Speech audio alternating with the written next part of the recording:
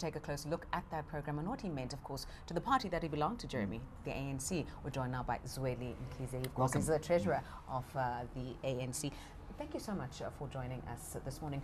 Are you surprised by the electric atmosphere that we're seeing here? I'm overawed myself.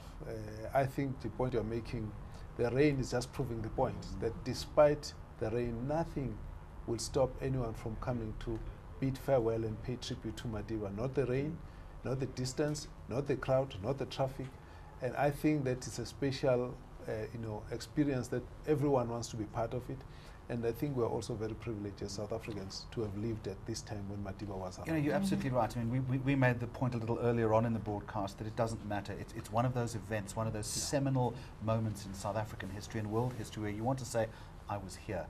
I think the one thing that we've been trying to articulate today, that it is a day of deep reflection, it's a day of mourning, but more than that, it is a day of celebration. When did you start to notice the turning point?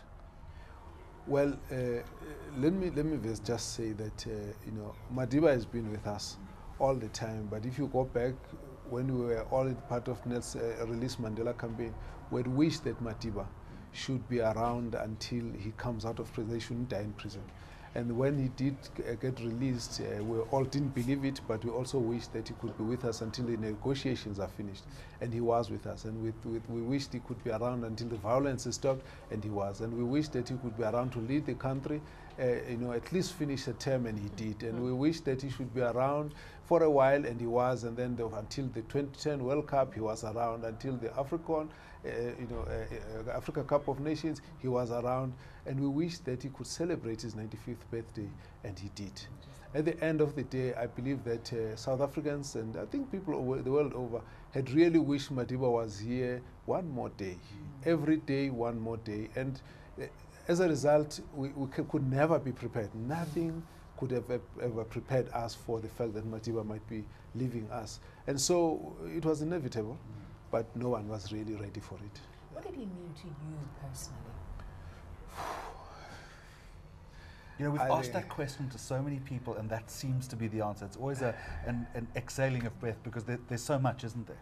Look, I think you just cannot believe how privileged you are to be in his midst, to be touched by his fatherly hand, for him to talk to you, address you by name, how are you, and to be interested in who you are, what you do, and to be out there to give you guidance. I mean, we looked up to Madiba literally for everything.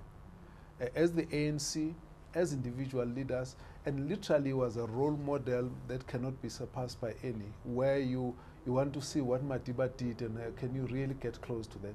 He has been a very, very forceful example in the lives of many of us. And I think that the way he dealt with issues, the way he has been flexible, Madiba could, I recall one time during the difficult days of violence, he could walk in. We walked out and with all the bodyguards, and we had a very difficult meeting in Pietermaritzburg, and he was supposed to go to the car, and here were these bodyguards. And on the side were a group of about 5 years, 6 years, singing there, "We want Mandela, Sifunu Mandela," and they were singing along, and it just broke off the security line.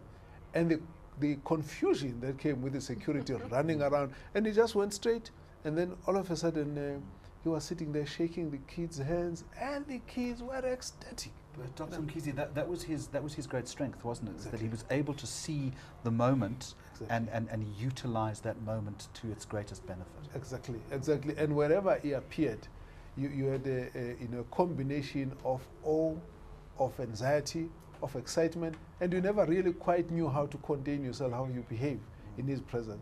And there are many, many stories that we can talk about. But I think for us as the African National Congress, the fact that we have had a leader who was part of a generation of the South Africans who changed not only the ANC but the tempo of our struggle. He was the youth that, with Andon Lembede, Walter Sisulu, Oliver Tambo, they actually brought in the militants in the ANC. And then he was there.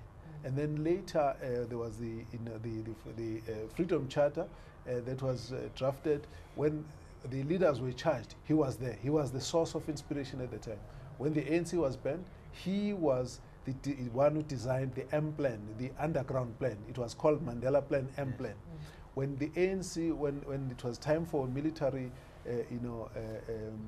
campaign with Mkhizeat, he became the commander-in-chief.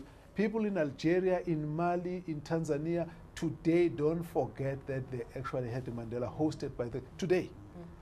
So you can't even ever own him as an ANC, you can't own him as South Africa, you can't own him as Africa. Because, I mean, which country have you seen a president, a sitting president, with 3 other past presidents wanting to come and pay tribute to one leader? He's been an icon and a role model of leaders of the world, not just that he was a leader himself. And so this is a remarkable situation. You said that the ANC relied on Madiba for everything. Yes. What does that say about the party's future now that he's no longer with us? Well, it basically says, look, Madiba was not going to ever be with us forever. What I think is most important is the spirit that he has left, spirit of unity, the spirit of focus on selfless service, the spirit of being a very powerful but humble leader. It's a combination that's very difficult for many people. Strong moral integrity, in upright leadership, but very firm in terms of travel. I mean, no one wished Madiba could be on the other side. Is that going to lead the party, do you think, to perhaps recalibrate its thinking, to start looking deep within itself again, to revisit those values? Well, certainly the ANC will have to look at itself and say, let's reflect on what Madiba means to us, because the spirit of Madiba's presence with us and his influence is what we will carry as we move forward. And I think it's not only just the African National Congress, but we need to use his values, the spirit of Madiba, to train new leaders who will be growing up in the absence of Madiba's influence, because that is a spirit that is enduring, that's going to take us into the future. But this is all for South Africans. Right. That's the spirit that we need to be taking with us into the future. Finally, Dr. Mkhize, before we let you go, just give us a sense from your perspective as the ANC in terms of the logistics and how things are going to run through today.